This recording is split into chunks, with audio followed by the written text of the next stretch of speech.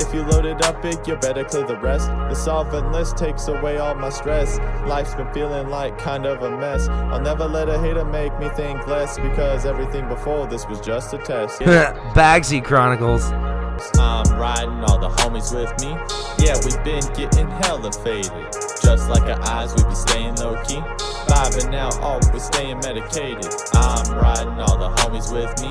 Yeah, we've been getting hella faded. Just like our eyes, we be staying low-key. Vibing out, oh, we're staying medicated. I'm about to go up in a blaze. I don't give a fuck unless I'm getting paid. When life gives you lemons, better make lemons. Hello! Welcome back to the Bagseed Chronicles. It is your host, Uncle Dig, and as always, it has been too long. I have a wonderful show for you today. I'm interviewing Paul from Multiversebeans. We have a wonderful conversation about philosophy of life, why we both value exercise, a little bit about Multiversebeans, which is the seed bank he runs, and how it got started and how it found its way to being in the Northwest, specifically in Lakewood, Washington. And I have that interview for you today. I also have a brief garden update. I'm going to be more informal on that, a little more impromptu, a little less detailed. I have a lot of plants, so it's been kind of overwhelming, but in a good way. A lot of good, productive stress in my life this time of year. I hope it's the same way for you. Not too much, but enough to keep you going, keep you stimulated, to keep you engaged. Thank you for tuning in to the Bagseed Chronicles. I bet you're wondering what's going on. Oh my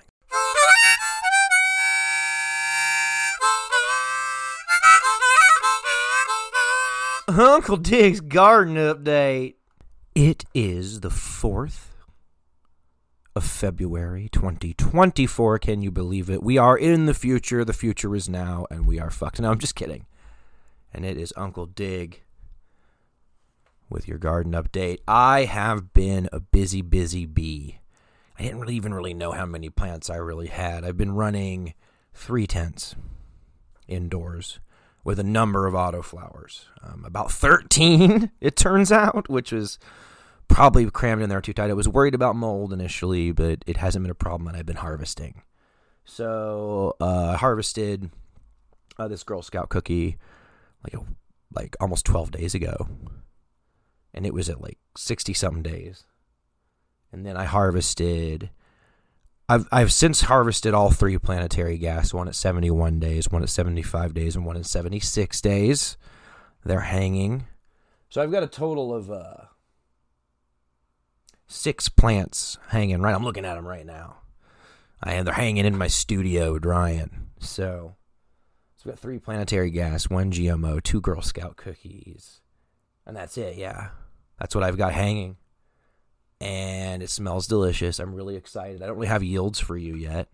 The only one I was kind of ish on whether it was finished or not was the GMO. I was worried that I was taking it too early, but it was kind of crispy because I hadn't fed it. But now that I'm seeing it hanging, it's not losing volume like I was worried. It's looking really good. I was worried that it would like shrink up because I hadn't quite let it bulk up. But it's not doing that as it dries, so I'm running really good. I'm hoping to set some indoor yield records for myself this year. I have some crazy plants, though. In the second run, I had those 3 orange sherberts, and all 3 of them are different sizes. I've got one that's like a traditional like lowrider autoflower. It's like maybe 18 inches tall, but probably closer to 12 inches tall. It just has one big fat cola in the middle and then a couple of side colas and then not much else going on. It's super cool to look at. And then her sister is just a bush. She takes up almost all of the like 3x3 basically that I have her in. She's crazy. And then their sister, I had to move out to the 4x4, and it's almost 4 feet tall and in early flower and still seems to be stretching a bit. So definitely a lot of variation in that orange sherbet for 420 fast buds. I haven't been keeping them in different conditions. In fact, The 2 largest ones were right next to. In fact, they all were born in the same tent. I've since moved them because there wasn't enough room in there for them. So that's been interesting. I still haven't been able to smoke any from this winter run that I started in late November. And it's funny, the orange sherbet and the big bud are about a week and a half behind the plants that are hanging right now. So I should be continuously harvesting into late this month / mid-March. So I'm going to have my hands full. It's a good problem to have, and I hope everyone is doing good. I was worried that I might have some pests. But so far, it's just been a fly here or a fly there. Just has been finding a refuge in my tent in the garage, but nothing has caused any problems so far. So I'm hoping that continues. If everything continues to go swimmingly in the next month, I should be able to shut off some lights, which will be nice because my power bill's getting murdered now that all the lights are turned all the way up. But yeah, we're moving right along. Everything is going pretty good. Let's overgrow the world. Hey everyone, please join me in welcoming Paul from Multiversebeans to the Bagseed Chronicles. Paul, how are you today, and what have you imbibed this fine Sunday morning? Hey man, I'm doing amazing. Today I am enjoying Pineapple OG by a friend of mine. It was the first pineapple strain that I had, and it's really, really good as a card. And it's the third one that I'm going through now, so oh, nice. Stuff. Okay, so you keep going back to it. That's good. You're getting a good benefit from it. That's awesome. Yeah, it's I guess me to where I need to be at for work. It helps me focus, and just have ADHD, and so it kind of helps me just make less noise in my brain and focus on the things I need to focus on. Yeah, I actually find surprisingly that indicas can do that for me too, kind of calm me down and wind me into the day a little bit. I don't know, indicas, sativas, I don't know if they necessarily affect me differently. I've really not noticed a difference personally though. Oh, okay. I know other people that have, but I just smoke and then I get to where I need to be at, so I can smoke pretty much anything. I mean, I still feel like the body high versus the head high. But just generally speaking, though, I'll just smoke something and I'll be happy with it, and then it'll help me kind of focus. But I think that my brain chemistry may be a tad bit different than other people's. I kind of feel that way too, but not differently than yours. Like you're saying that they kind of affect you kind of similarly, whereas they affect me differently, but like my anxiety is such that I can have a gram of a powerful indica and then go mow the yard safely. Mm-hmm. Whereas if I smoke a sativa, like it really cracks me out like way too much. Yeah. So like some people who like smoke sativas all day and are productive, it's almost counterproductive because it sends me up the wall. Do you feel more anxious whenever you have that sativa? Yeah. Now the one that I found that doesn't do it, which is why I keep going back to it, is Amnesia Haze. For me, it's a sativa that gives you like a little pep in your step without the anxiety of, say, like a green crack. Okay. If that makes sense. Yeah, no, it does. I've had panic attacks before from having just too strong of THC, strains that are too strong with THC, and so it's something I want to start doing again, and maybe something that you or someone else could benefit from. Have you ever tried hemp flower before? Yeah, I actually grow. Well, I don't grow hemp. I have before, but I grow a strain called CBD Dutch Treat, which is like a 4% THC and an 8% CBD, kind of a 2-to-1, and I've been growing that religiously for probably year 3, so like 3 or 4 years I've been growing that in my backyard, and I have a joint of that every morning. I had a joint of that this morning.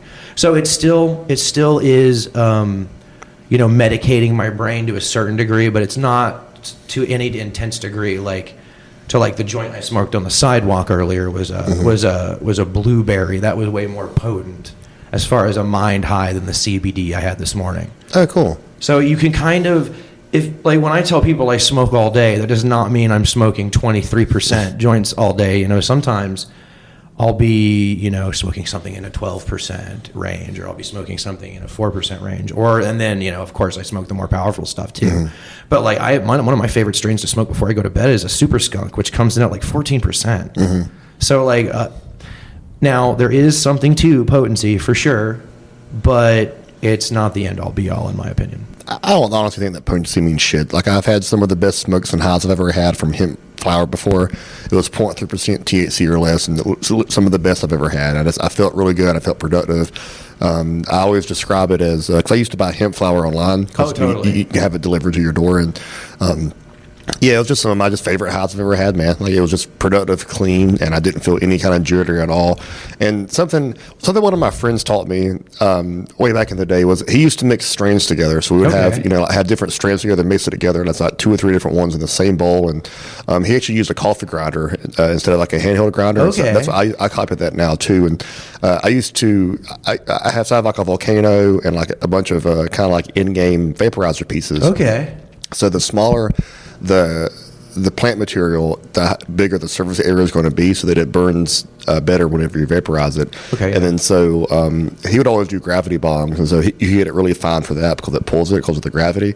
But then it also carries on with the vaporizer because it's got the higher surface area, so you get more smoke from it. And so we would do that with different strains and stuff. And then I tried the hemp flower because I have anxiety, and then so I was like, wow, this is really good. What if I combine 2 good things together? And so I got the really productive, where I had the good THC high, because I like getting high and having the kind of like the numbness behind your eyes. You know what I mean? Totally. That's my favorite thing to get to. And then sometimes with that though, you can get couch-like munchies and stuff like that, or just start getting anxiety from it. And then with that CBD, when I'd mix it in together and smoke it, like, it was just all the pros and none of the cons. So I had like a really good high, but I was productive as fuck too. So it was really, really nice. Nice. My favorite joint series of joints I've ever smoked was actually a combination of something I called it was a North American indica. I didn't know it was a bag seed, and I named it something. I can't remember now. I think it was jasmine or something. And then Thin Mint Girl Scout cookies clone, 50-50 in a joint. And that was the best thing for bedtime I've ever had. Now, I haven't stumbled upon the perfect daytime weed. They all have their pros and cons, whether it's dry mouth or, easily distracted, or a little bit of a visual stimulation effect you get with some sativas. So they all have their pros and cons, and they all have their time and place. And so I find that combining them can be really nice sometimes. Yeah. I really feel like if you don't combine your weed, you're missing out. Like, if you don't like it, just don't do it again. But I think that everyone should try it once. Oh yeah, and it's fun. You can create almost like a cocktail of a joint. Or I'm a big joint guy. I love joints.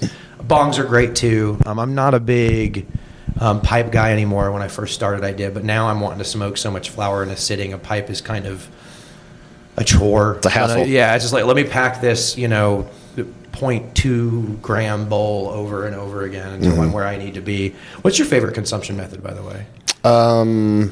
So I've never turned down weed from anyone. Okay. But my favorite is I prefer to vaporize. Oh, okay. Yeah, I like it's just cleaner and healthier. Totally.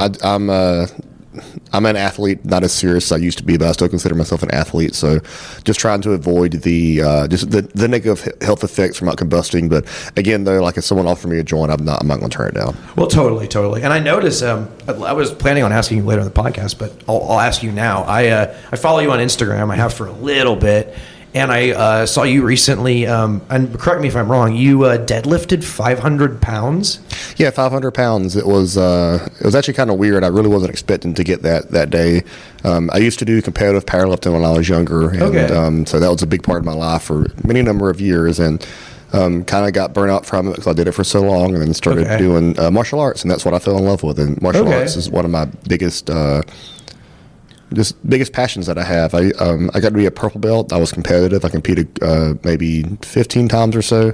Had a few injuries, but my real passion with it was teaching. I got to teach kids and adults how to defend themselves, and I was able to help them build self-confidence, teach them a very valuable life skill. And then so had to move away and didn't my priorities changed, and I wanted to focus more on my business because that'll pay my bills. And jiu-jitsu will always be there whenever I get back. And I don't know, it feels weird to go, because I used to train like 20 hours a week. I used to train like a professional athlete, and And it feels weird to, for lack of a better word, half-ass it to do it casually. It just feels kind of strange to do. So now I just do weightlifting. I was doing bodybuilding, and I'm kind of getting back into strength training now. And so, just trying to find more ways to enjoy my time and just have hobbies that are healthy and fun and that get me out of working all the time. Because I work quite a bit, and so I need to have the good separation of self-care versus the care that I put into the job. Totally. I don't. I do a little bit of weightlifting, but nothing crazy competitive. Just for fun and because it's good for you, like you say. But my main thing is like just going for a walk in the woods, hiking. Yeah. I'll grab this little backpack right here and just go on a little 2 or 3 mile hike, and that's how I get it in, as it were. But I think it's important that to stay physically active if you're able, because it's really good for your mind, and not just your body, but your mind. It really helps you stay sharp, and it'll help you soldier through any abuses you put your body through, especially as you get older. Yeah, there's scientific studies that show I'm heavy science based with anything that I do, because if you're not tracking what you're doing, then you're just fucking around. I do like to fuck around, but also like science, and like I said, there's plenty of scientific studies that show like a 20-minute walk outside of nature. I think like 3 or 4 times a week is like some giant percent increase in overall happiness or something. And I feel better too whenever I'm outside of nature. We were born in nature, before we had modern technology, and it's just going back to our roots. Nice. Yeah, I agree with that too. I think a lot of men I've known who I've really respected weren't religious per se, but they would express something very similar. If they would say, when I go to church is when I go hunting, or when I'm taking care of my property, I'm not taking care of it for myself, I'm taking care of it for the next guy. Stuff like that. Yeah. I think there's kind of an agreement, not like kind of like a social contract, but almost like a spiritual one, that everyone should try to leave the world better than they found it. I wish that more people would do that. It's we would certainly be in a lot better place if everyone applied that. I think that's a beautiful way to look at it. Yeah. It kind of. I don't know if it drives everything I do. That would be disingenuous, right? I do things that aren't good for me or the environment, right? I like to smoke a cigar every now and then. Those are expensive and probably not great, just in general, for the environment or for anyone. But I enjoy them. So I don't do everything, but I think it's important to remember that, it's just important to leave the world a better place. I think everyone should look at it that way. And I think you should approach that in your hobby. So I grow cannabis, and I used to use salts, and now I don't. I'm trying to use dry amendments only. And there's rewards in looking at the world that way that are kind of peripheral, and you really don't think about. If you go out in your life, even if you're clumsy and you're like a bull in a china shop, if you go forth into the world with love in your heart, a lot of times you end up receiving that. Just constantly, wherever you go. And that isn't why you should do it. But, you get more with honey. Yeah. It's, if you're driving on the highway and you're looking for a red car, you're going to find the red cars. Right. And it's the same thing. If you're on the highway of life, your journey, and you're looking for positive experiences, you're going to find them. If you're looking for negative experiences, you're going to find them. It's just what you put in is what you get out. I'm a big fan of manifestation, and just good vibes in, good vibes out, bad vibes in, bad vibes out. So just the more good energy you can put into things, the more you're going to get back. Totally. I had a question. I know you run Multiverse, and we're going to get to that real soon because that's really cool. But do you grow cannabis personally at all in your life? Yeah, so I've grown a few times. I actually grew before I started the Seed Bank. Yeah. It was I've always wanted to do it. I used to live in an illegal area, and there was fuck your life up trouble if you got caught with it. Oh, totally. Yeah. So I just never done it. But yeah, I've grown before. It's really, really fun. I have a unique approach to it. At least I think I do. I'm sure there's other people that do it, but I try to automate as much of it as possible. And because one of the missions of Multiversebeans is that we want to educate homegrowers of how to grow their cannabis so that they can hopefully get off of pharmaceutical drugs if that's applicable to them, or if they just want to grow. But we just want to teach the homegrowers how to do it. And so we're working on an educational section on our website, and eventually I want to have a section dedicated to teaching people how to grow. I'm not advanced or anything crazy, so if anyone's already got a pretty good amount of years on them, They may not learn anything specifically for the educational part, but they will see the system that I have as far as limiting as many variables as possible so that you can kind of spend as much time at the garden or just doing other things. Like, like I think that if you didn't spend, you'd get a better return on investment of your free time if you're maybe reading a book about, just how a particular subject on cannabis that you're struggling on or don't know, than watering a plant. Or, sometimes you got to defoliate a plant and, that's got to be done.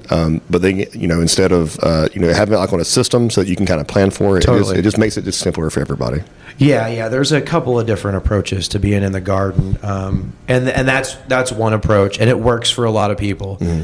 And then there's other people that are flying by the seat of their pants. And I don't know how they do it. the guys that are like, hey, I'm like, when's the last time you watered? And he's like, like Thursday. I'm like, well, I can't remember when I water either, man. That's why I write it down in this little notebook. You have a notebook? I'm like, no. And I'm like, and they'll grow these fire buds. Yeah. And it's always clean burning. And you're like, dude, how do you do that? You don't even know what you did last week. Yeah. It's a lot like a chef. So there's two types of chefs. Yeah, right. Chefs that measure, that put stuff in, and chefs that don't measure and put stuff in. Right. And so, and it's funny because they polarize each other. So, like, the chefs that put stuff in, cringe at the people that measure it, and vice versa.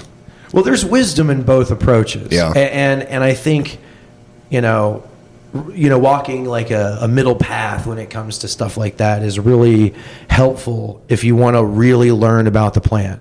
Yeah. There's something to be learned from feeding a plant with salts. There's something to be learned from taking a plant and growing it in a dry amendment only medium, and then you will find which way works for you. Mm-hmm. And same thing with watering on timers, or having a light on a timer, or flipping it on and off. I do recommend getting a light timer no matter what you're doing. Mm-hmm. I have flipped the light on manually for a while. You don't want to be doing that. That's a dumb thing. You can water manually. I fully support that. I use a 2-liter Dr. Pepper bottle with holes punched in the lid to water my plants. Mm-hmm. There's definitely low-rent stuff you can do, but get a light timer, please. Yeah. It goes back to automation. Like, you got better stuff that you can do with your time. Yeah. So you are the operator. Are you the owner as well of Multiverse? Founder. Founder. Yeah. So you are you are Paul of and from Multiversebeans. That's so cool. Yeah. So how did you get started with selling cannabis seeds? Like, yeah. So I used to collect them. Interested in growing them, I used to collect them, and so I got up to have about 1,000. I think about 1,000 seeds in my personal collection. I used to collect Pokemon cards, and I get real obsessive with my hobbies. Like I said earlier, like I train, like 20 hours a week in martial arts. Like, no sane person would do that. I just like doing things. The things that I do, I just hyper focus on, and it's just funner that way for me. And so, yeah, I used to collect them.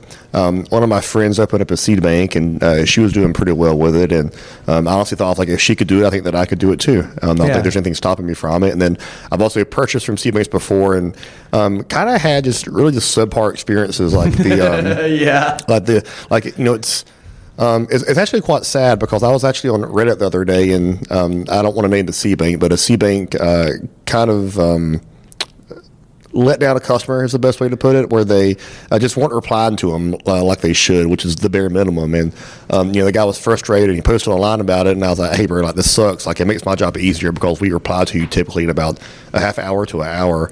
And I was like, hey man, if this guy doesn't get back to you, let me know, and we'll send you some seeds, because it sucks. And I think that just being because we put people before profit, so like totally. we want people to grow, because I'm a medical patient, so it resonates with me why people grow for. Anyway, so off topic a bit. So she started her seed bank. A bit later, I was kind of playing with the idea. I worked for for one of the top Fortune 500 companies. Okay. I was very low level. It's a corporate job. I wasn't anybody. No one knew who I was there. I was just a phone operator, and I was working 40 hours a week. And if I'm quite honest with you, it made me want to kill myself. It was it was terrible. It was just people just all day on the phone. I didn't really feel appreciated, and I really wasn't getting paid that much for what I was doing. Right. And so it was frustrating, and I just kind of got tired of it and wanted to do it, and it was really sacrificing my mental health at the time, and so I started to do it. Started up slowly. It took me a lot of research to do it because I wanted to know more about cannabis, so I could feel like I was qualified to do it. Totally. And then had to learn more about the business aspect of it too, and then. At the time of it as well, my ex and I were married, and then we ended up splitting up, and so it broke me. That broke me, and so I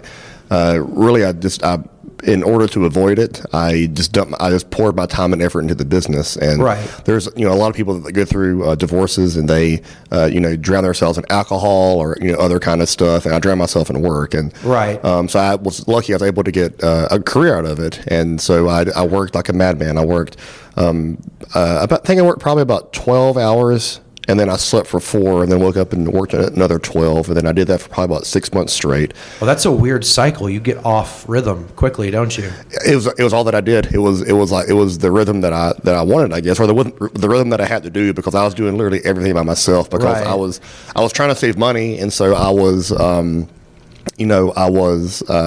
didn't want to hire anyone because I didn't know any better, and that was one of the earliest mistakes that I made. Was I needed to leverage my time better, because if I could pay someone X number of dollars, that would free me up to do something else. And so, just ignorant. I just didn't know any better, and so just working way too much, and finally got some help, and then was able to do other things with it. But yeah, that was the story about how it started.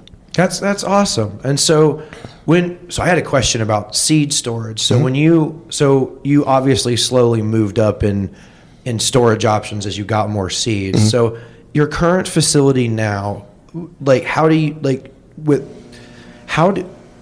keep the seeds? Because if they're not kept, I'm sure in certain parameters they go not bad, but they get a little hard. Maybe they don't work as well, right? So I'm sure you have to run air conditioners. Do you run a humidifier? How does it work? Yeah, so great question. So we luckily we're up here in Washington, so it's pretty chill year round. Okay, cool. In the summer, we do run AC if needed, because we want to keep the seeds at a certain temperature range to keep everything viable. Right. As far as the humidity goes, luckily most of the seeds are in Mylar bags. That does a really great job of keeping it. Okay. Yeah, because I never thought about it, and I was actually worried about that too, because I thought, shit, I got to keep an eye on humidity. I'm like, most of these are in Mylar bags. They kind of keep it themselves with it. But we're in the buildings ourselves, and luckily in Washington it's not very humid or sticky, and it's not very dry either. It's kind of really the perfect area for it. So and we're in a temperature controlled building too, so it works out well. And then another thing too is we're really great with a lot of the breeders that we work with. They also have germination replacements or guarantees for their particular brand, and then the brands that we work with that don't have that, which we actually provide that ourselves. And so just regardless though, if someone gets a pack of seeds that doesn't work out for any reason, we're here for you, and we're going to help you out, and we're going to do the right thing to have you be successful with your grow. Well, and I've purchased from y'all in the past historically, and one thing I've noticed about Multiverse versus other seed banks is the threshold for extras. So for anyone who doesn't know, if you purchase a large amount of cannabis seeds from almost, I'm not going to say any seed bank, but from almost any seed bank, they're going to put a sticker in there or maybe a couple extra beans, but the threshold in Multiverse is lower for that, and the stickers are better. Who designs your stickers? Yeah, so we have a guy named Kiefer. He wears a lot of hats. We recently just promoted him to be in a manager position. Oh, so, cool. Yeah, cool. So he does a great job. But yeah, he does the sticker stuff. He creates everything. I kind of pick the design. There's some of the ones that he just made from scratch. I'm like, hey, this is what I want, and he makes it. I really love everything that he makes.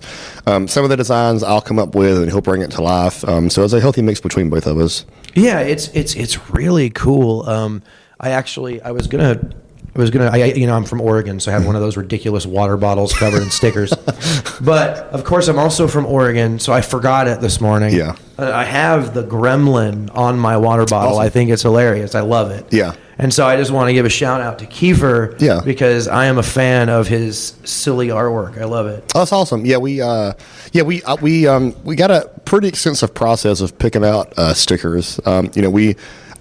So for just about anything that we do, I pick out stuff that like resonates with me. I'm 34, totally. And so I just pick up stuff that reminds me of my childhood, like the Gremlins I grew up watching. Okay. I always love King of the Hill. We got some King of the Hill stickers, right. I just make stickers that I like, and if other people like them, then they can. If not, then that's okay too. Well, yeah, and mine came free in a pack. So if you're going to complain about a free sticker, man, you were on another level from me in the expectation of customer service. Yeah, we typically give out about 2 stickers per order. Okay, and then if you spend even like 99 cents with us, you still get like extra seeds from us. Like we call them bonus beans. Other people call them freebies. Right. Whenever you get something for free, you don't really associate value with it. So we assign a value to them and call them bonus beans that way. Yeah, that's crazy. And you're mailing out a lot of mailers. Obviously, I don't need to know how many, but I am curious. Like when you're sitting there, because I've seen your Instagram videos. You're sitting in it looks kind of like a miniature warehouse because seed packages are small, and they're all in these blue bins. And so you're sitting there surrounded by all this genetic potential. Does it ever get overwhelming or like this? Whoa! Like I have so much potential here. It's like I said earlier, I had 1,000 seeds in my personal collection. I add on breeders that I'm interested in having myself, personally, and then there's some people that we've had one guy that recommended one breeder, and I brought that breeder on because I liked him just off of one guy's recommendation. I just bring on people that I like to do, but no, it doesn't get overwhelming. I think this is cool, because I still love seeds and I still love cannabis, and so I get to collect seeds at a much higher I don't think that anyone has that's a collector that necessarily has more seeds than I do. There's probably some businesses that have it, but that's a very small handful. So it's just really cool to have just such a large personal collection. So I can walk in there and grab any pack of seeds that I want and grow it out if I wanted to. That is cool. Yeah. Yeah. So the way I look at it is it's a personal collection for the business that I can sell, but there's nothing stopping me from just taking a pack of seeds, sitting out of stock and just growing it out if I wanted to, or giving it to someone to grow out. Totally. And that is a really neat option to have, and that level of control in your ability to source seeds must make you feel pretty secure. Yeah, it's awesome. I mean, I get I'm friends with the majority of the breeders that I work with, or at least try to be friendly with, and at the lowest level, we're some kind of acquaintances. And so I can, I've hit up some of them before and got just some special seeds from them. Hey, I want to do a promotion and get some stuff from them, and I'm sure that most of them, hey, I want to grow something cool. Can you send me something that maybe no one else has, and they would hook me up with it. And it's just super fortunate to have such a good support network of friends in the industry that I've made through this business. So I'm very fortunate. Totally. How do you decide which breeders you work with? There's so many. I feel like in the last 5 years, the seed industry has just blossomed like a many-petaled flower. Yeah. So there's a lot of people aspire to be breeders. I don't want to gatekeep and say that anyone is not a breeder if they say that they're a breeder. I will say that there is a difference between an amateur level breeder and a professional breeder. Totally. The way that I kind of look at it is, with martial arts, what's the difference between an amateur and a professional? Because the community is so niche that you can't really it's kind of weird to say. So the way that I looked at it was if you get paid money to do it, then you're kind of a professional. And so I kind of look at it that way too with cannabis breeding, where if you get paid to make seeds at some point in the journey, then you're a professional cannabis breeder. Now you may be a newer cannabis breeder where you're not doing a ton, or you may be one of the biggest names in the world and you're doing a ton of money from it, but it's still you're a high level breeder or a low level breeder. And so that's how I look at it. As far as the process goes, again, I look at I find people that I would first off want to collect myself. I look at their brand as a whole, their social media presence, how they conduct themselves, what their genetics are, how their pictures are, stuff like that.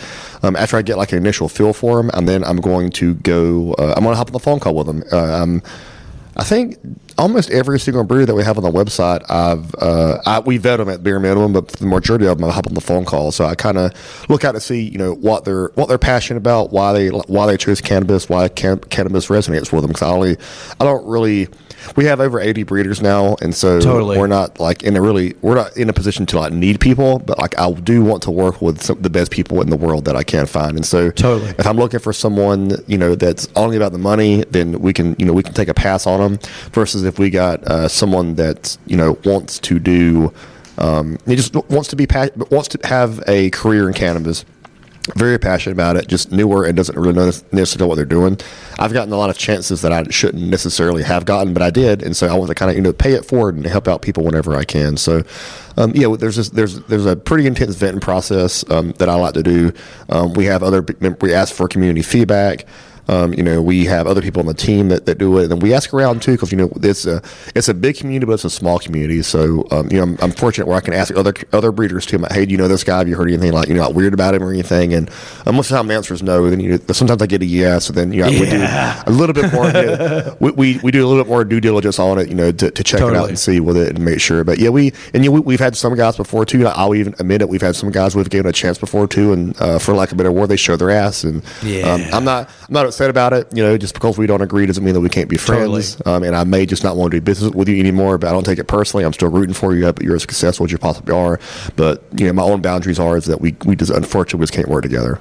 Yeah, and I see that the intensity of competitiveness in cannabis, but then in the breeder space specifically. If you're on Instagram or any other social media where these guys are on there slinging mud, sometimes it gets really aggressive, and they form hard beefs, and there's all these cliques. And if I would say to anyone, if they want to get involved in the cannabis space, is be nice, because you do not know who someone who's sitting across the table, they might know everyone you could ever want to possibly talk to in the industry. And if your bad day becomes their bad day, that could become your bad year really quickly.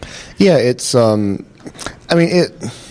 I feel like it takes a certain personality type, because I've dealt with a lot of the breeders, just over the years of doing it. And so most of the big names I've talked to or have worked with in some capacity. And it takes a certain personality type to be successful in this industry. And you're successful, and then, kind of one, I don't even necessarily want to call it one of the cons, but you have to believe in yourself. You have to believe that you're the absolute best. Otherwise, you're not going to be successful. And so, some of the guys, you have two ways you can go about that. You have one way where you can do it where you're either arrogant, and one way you're going to do it where you're humble. And so some of the guys lean on arrogance for it, and they're still successful. They're still really good growers, but they're arrogant about it. And some of them are really fantastic growers, and they're really, really humble about it. And so I personally I tend to want to gravitate towards the more humble people of it.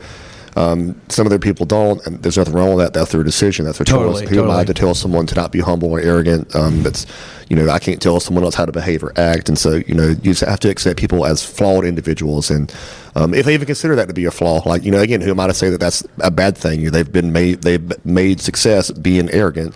I personally don't think that's not a positive characteristic trait that I want personally.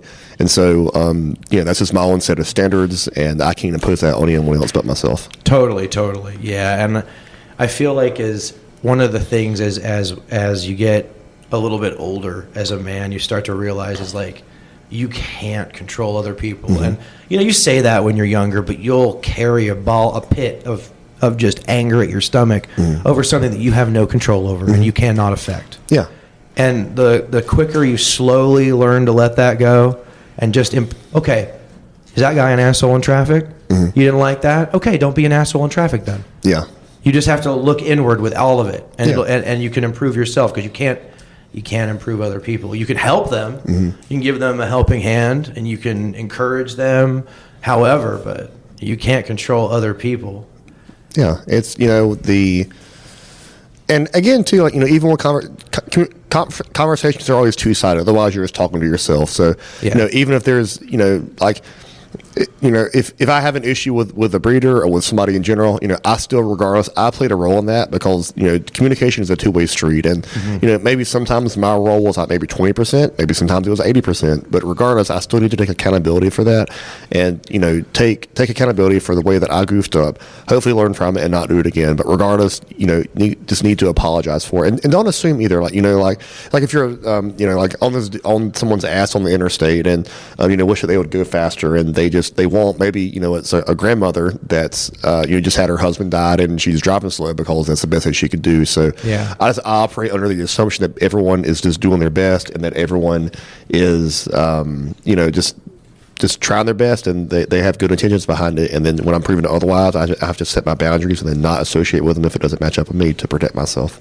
I think that's a gorgeous way of looking at life. So one of the things I noticed also following you on Instagram is like I love interesting accents and different blends of regional dialects, especially in the audio format. Mm-hmm. And one thing that stood out to me is your accented American English. And mm-hmm. I gotta ask, like, where are you from? What is that accent? Yeah, so it's the southern drawl. Okay. I'm from Georgia. Georgia. Yeah, I spent a ton of time there. About 30 years there. So I've toned it down a lot. Quite a few people. I used to be in, whenever I was a kid, I was in speech therapy for like quite a number of years. Okay. And so quit it a little bit prematurely. My parents wanted to take me out so that I wouldn't get bullied. Spoiler, still got bullied, so that's why I have such a good personality for. There's no avoiding getting bullied. Yeah. Bullies are going to pick whichever person they're going to pick. Yeah. And until, that just is what it is. Yeah. That sucks, man. Yeah, it made me the person I am now. Totally. I don't regret it at all. Again, I wouldn't have such a good personality if I wasn't bullied. Right. So I'm thankful for it. But yeah, just from the South Georgia, moving, Down there, everyone's got the Southern accent, so right. we're kind of all used to it. But I moved to Arizona, and it's still the South, but it's the Southwest, so it wasn't. I had to. People just couldn't understand me. I kept on hearing it. What did you say? What did you say? And I'm like, okay, well, let me turn this down some. So totally. I kind of retaught myself how to pronounce certain words, and then up here too in Washington, even more so. People are not used to hearing Southern accents up here. No, they are not. Yeah. So I'm from Southeast Texas, mm-hmm. and people have commented who have seen me and mentioned that they've listened to my show. They've said, Uncle Dig, you have a very unique voice, and I'm like, well, it's because I'm from Southeast Texas, mm-hmm. and when I joined the Army, I went immediately to Korea for my first duty station, mm-hmm. and I think they learned the Queen's English. Mm-hmm. They could not understand anything I said to them. So I started trying to speak like with a mid-Atlantic accent, which mm-hmm. I can't really pull off. So it created a weird pattern in my speech. And I was in infantry battalions. A lot of those guys are from the South, different mm-hmm. parts of the South. You're from closer to the Gulf, aren't you? Yeah. Okay, right. So all over. And then a lot of people from Texas are in the Army and stuff. So there's a little bit of that regional dialect kind of mm-hmm. following me around. I'm hearing it all the time. Yeah. And then I picked up some other regional sayings. And then I moved out here. And of course, like you said, they're not used to hearing it. They can't understand it. Mm-hmm. And they get mad at you when they can't understand you talking. Like it's my fault. Like I'm trying here. I'm trying to speak right. Yeah. I'm saying the word. You just don't know the words that I'm saying. Oh, yeah, and when you speak in colloquialisms mm-hmm. to people from the Northwest, I don't know much about like people from the Northeast, but mm-hmm. Like you can't rake hay in a circle. They'll look at you sideways like, what the fuck? If you say anything like that, it blows their mind. You're like, you never heard that or anything like that?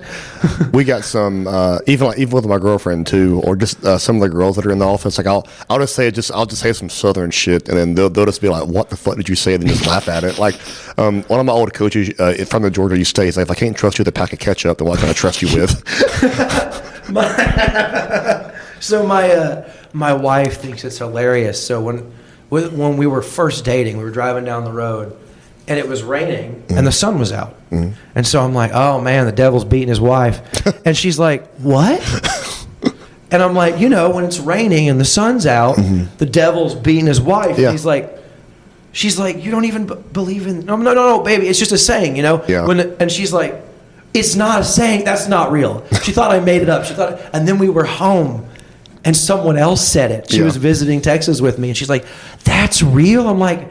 I'm not making most of it. I make some of it up, but most of it's established. Yeah, I've heard that before too. And my mom used to actually say that whenever I was younger. I remember she used to say it. Yeah, that's a Southern thing.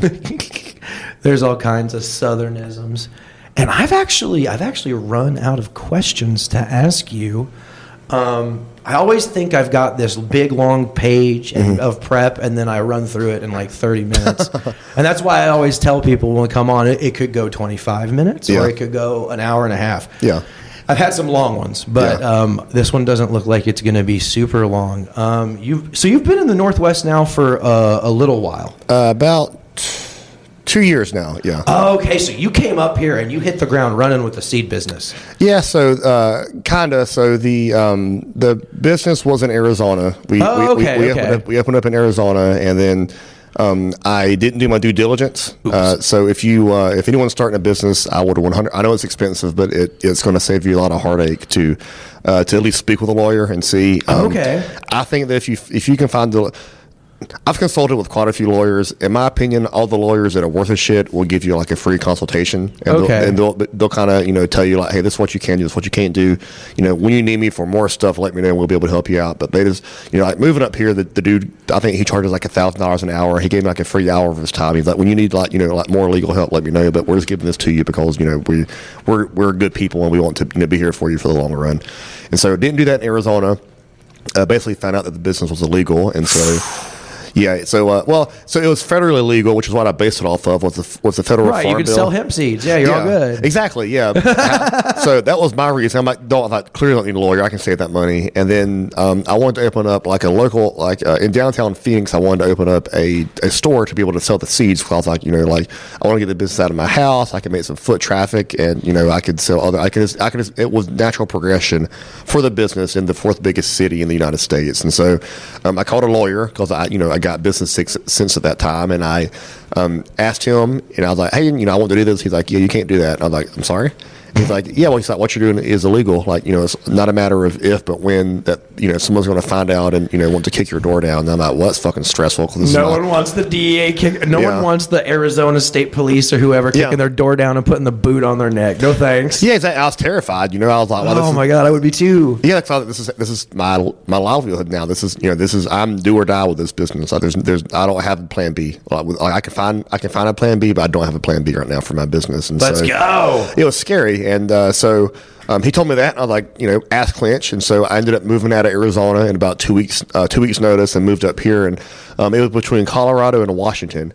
And you chose right, my man. It was I didn't even choose. Okay. I kind of got forced here to move. Oh, I'm sorry. So the lawyer, it was like maybe a week before Thanksgiving or something, or it was like really close. Yeah, it was a week before Thanksgiving. So most of the lawyers were doing lawyer stuff and not working, and they were just enjoying time with their family, which I'm super jealous of. And so the dude in Colorado, he's like, yeah, I can call you back next week. I'm like, I don't have that kind of time. So I was like stressed out. And the dude in Washington called me back the next day, and he just gave me the consultation. He's like, yeah, you can do it here. You're legal. I'm like, that's really all I need to know. I'm good to go. And then one of my childhood best friends, he actually lived up here too. Okay. And I didn't want to move somewhere and not have any kind of a support network. I mean, I would if I had to, but I knew one person. So I was like, hey man, don't you still live up here? He's like, yeah. I'm like, okay, cool. I'll be up there in a few weeks. I'll see you soon.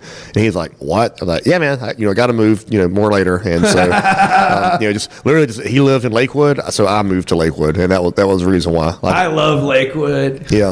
Lakewood's different, man. I've learned to appreciate it. What was really cool that I learned about Lakewood is that a lot of the original comic episodes were recorded in Lakewood.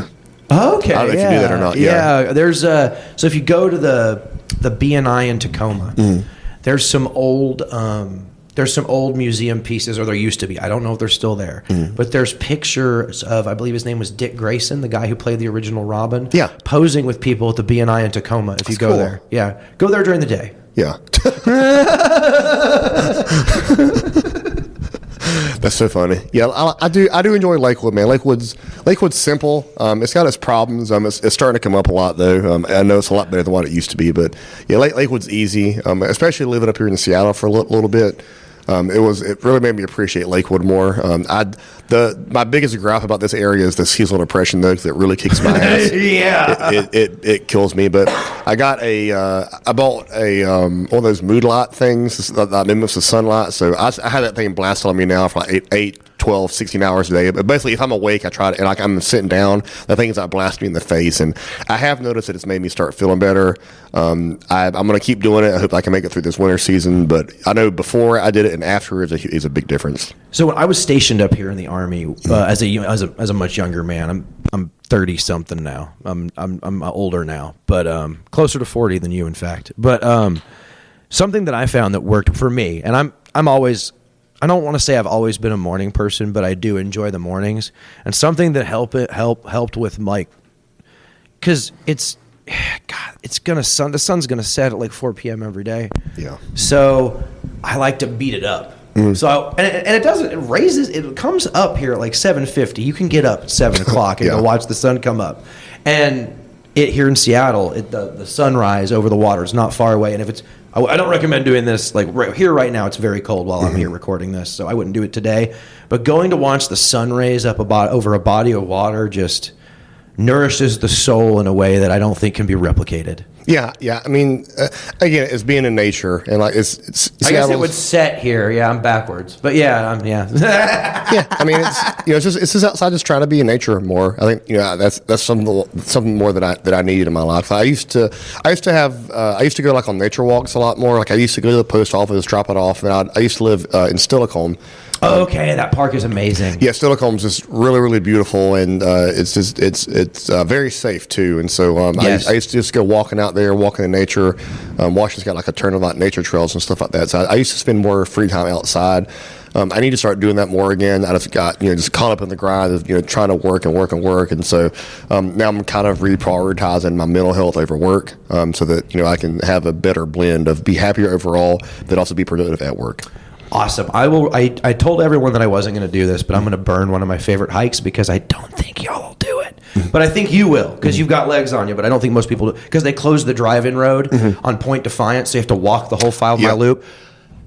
That's got to be amazing now with no cars on it. I think that's the next hike. If you can make it out there, it's amazing. Point Defiance is down in Lakewood, right? It's down in Tacoma area. Yeah. But I think it's worth the drive, man. Yeah, I've been to Point Defiance before. It's really, really cool. It's so beautiful. I haven't done the hike yet. I would like to do it. I think I would probably end up saving it for the summertime. That would be my advice. Yeah. Or spring. Spring, yeah. Just sometime where it's a bit warmer, because I think like today it was like a high of like 20 or 22 or something. It was ridiculous. 18 when I pulled into Seattle this morning. Yeah, I'm glad there wasn't much traffic because it was kind of nerve-wracking. Yeah. Yeah. So I'm waiting for it to warm up a bit. But yeah, that's just, I mean, they got waterfalls in Washington. They got, just if you go to the east side, they got deserts and stuff. They got rainforest not too far away, and they got a peninsula. It's just really a beautiful area. Like there's during the summertime, there's nowhere else I'd rather live, but during the wintertime, I would rather live like damn near anywhere else. You earn your summers here in Washington State for sure. I live in Oregon. We don't earn our summers quite as bad, but our summers can get kind of apocalyptic now than they're nowadays with all the fires and stuff. Yeah. So anywhere you're going to live on the West Coast, you're going to earn it somehow, but it remains the best coast. So we're all glad that, Paul, that you came out here and are doing your thing here on the West Coast. Thank you so much for being on the Bagseed Chronicles today. Is there anything you want to promote before we get out of here? I know you've got Instagram, you've got a website where you sell beans. Yeah, multiversebeans.com is our website. Our Instagram is multiversebeans. We have really the main thing I plug is we want you to be successful at growing. Even if you don't shop with us, that's fine. We'll still help you. We got live support, phone chat support, email support. We got a Facebook group we can help you out with. We got a Discord we can help you out with. We just want people just to be successful at growing. And again, if you don't even shop with me, we'll still be happy to help you, because at the end of the day, we just want people to be able to grow their own medicine and get off as many pharmaceutical drugs as possible. That's right. Thank you so much. We'll see y'all next time. Let's overgrow the world. It's Top Wisdom. S&T Records, let's get it. Zecca on the beat. I'm riding, all the homies with me. Yeah, we been getting hella faded. Just like our eyes, we be staying low-key. Vibing out, always staying medicated. I'm riding, all the homies with me. Yeah, we been getting hella faded. Just like our eyes, we be staying low-key. Vibing out, always staying medicated. I'm gonna get lit, take another fat rip off this bomb shit. can't get enough of it, yes. Hitting the best, feeling pretty fucking. That episode was actually a real adventure to record. I drove up to Seattle during a snowstorm to interview Paul. That wasn't the plan. It's just how the weather happened, and I wasn't going to cancel because I generally don't cancel things. Anyway, it was harrowing getting back, but I made it safe. But it was a wonderful adventure, and it was really cool to record a podcast on location. And I hope I have more opportunities to do it in the future. So spread this podcast around so more people hear about me, and more people are like, oh, I should let that guy interview me. And, and sometimes I ask kind of weird questions, so it can be fun. Bye.